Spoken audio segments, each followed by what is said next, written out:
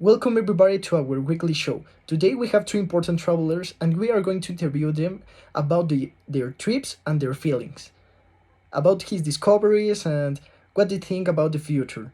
So give them a welcome to Vasco da Gama and Marco Polo. And from the new spectators in this show, we skip every specific detail like about they were born or to make only to make easier this interview and faster. So I'll start asking, what inspired you to travel? I know Marco was born in Belize and trying to discover new routes, and you, Vasco, you traveled with Bartolome Diaz, so talk me about that. Hi, I come from a family of Americans.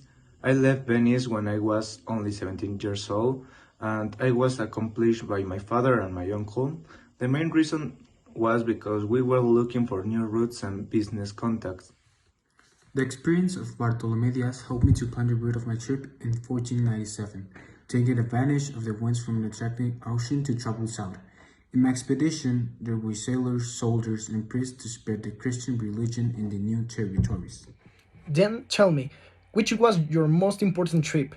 I want to know what it means an important trip for to important travelers like you. So tell me. All my trips have been very important, and they serve to know unexplored territories such as Siam and Java, among other, and we are just a model developed the first reliable maps of Asia that were made in Europe. Compared to mere historians with navigators of the study of Christopher Columbus or Ferdinand Magellan, I have gone down in history for opening a route to Asia known as the Route of Spices and for being the founder of various colonies in the coast of the African continent. After my first trip to India, I made two more trips. In the course of my third and last, I died in Cochin, in the south of the subcontinent on December 24, 1524, at the age of 60, possibly due to malaria and at that time being Viceroy of India. I know everybody has a family. So, how did it influence their families when you start traveling? They started to be proud of you, they started to help you. I don't know, I want to know everything about your families when you start traveling. My family was the one that motivated me to go in expeditions together with my father Nicolas Polo and my uncle Mateo Polo. They had ambitions to trade with people of Orient. Both of them jointly undertook an expedition to the east in the year of 1255, together with me, and that is where all travel began. It didn't bother my family that much. In fact, I got hopes and good wishes from my country. I'd opened various opportunities to my country and helped to make better commerce arrangements with my roots. As I mentioned, my most important one was from Portugal to India, which I was born in Portugal. Then I know you traveled to a lot of countries. So I tell me, which was your favorite country you have visited? And why that country? It can be the food, it can be the people, or something you like about that country. I don't know, I like a lot Roma. It could be an example because they feel like a good they have good food, good families, everything. I like Roma. Give me an example of that type of country and why. My favorite countries were Italy, Israel, Iran, China, and Myanmar. Those were the ones that I liked the most since they were countries where I spent it more comfortable and happy. I've been to India, Ethiopia, Arabia, and Persia. My favorite one was India, which was the reason I got famous and the most time I have spent there. I'm happy about all those nicknames they given to me, and I have made a big change in history. As I mentioned, I made a huge commerce between India and Arabia, and that opened various opportunities to help my country advance.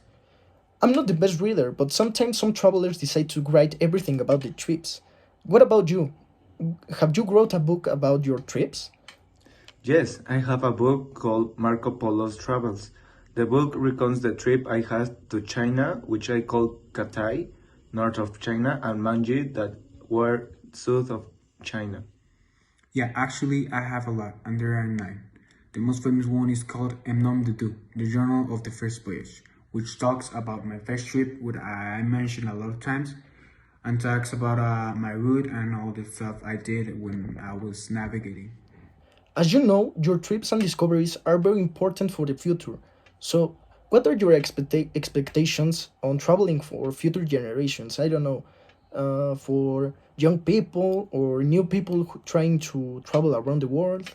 I don't know. What do you think about that? I hope that many better and more trips will come, and that will come things that I can enjoy on the trips. Yeah, I hope they make huge advances in technology so they can make easier to traveling from place to place. Although in present time there are planes and it's so much easier, I hope they don't lose the magic of continuing using ships to travel to a place to another, because it's a tradition which we used, and I hope they don't lose it. Now, for finish the interview, talking about future generations, send a message for those who want to travel around the world or start new trips. For young people, tell me something, give them an advice. The best advice I can give you is travel whenever you can. Get to know new cultures, languages, food, people, and most importantly, enjoy. I want to say that whatever comes through your ship, you have to surpass it and beat the thunderstorm under all circumstances.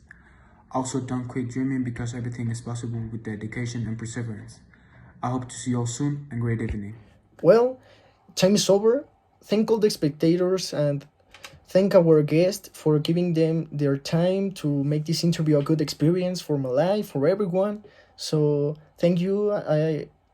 I'm so proud of the people who you are. So thank you and goodbye for everyone.